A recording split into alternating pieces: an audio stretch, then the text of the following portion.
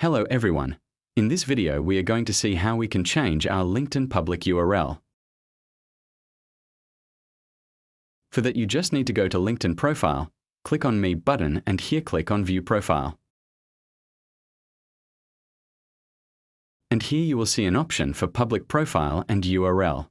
Click on Edit button that you will be redirected to your public profile, and from here you can change your click on this pencil icon and you can see that the name is already written Surendra Kumar, and from here you can change the URL and just click on the Save button. By that mechanism you can change, or you can put your custom URL, and you can change your public URL, and you need to keep few points in mind when you are changing the URL.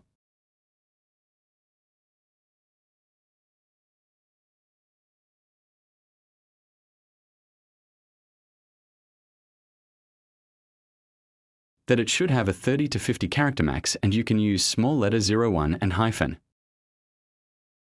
You cannot put symbol LinkedIn and spacing in between, and maximum you can change 5 times per 6 months, and based on the availability, let's say I'm Surendra Kumar and someone is also Surendra Kumar. If someone has already changed their URL to Surendra Kumar, I can't change it, so it's always the first come first serve.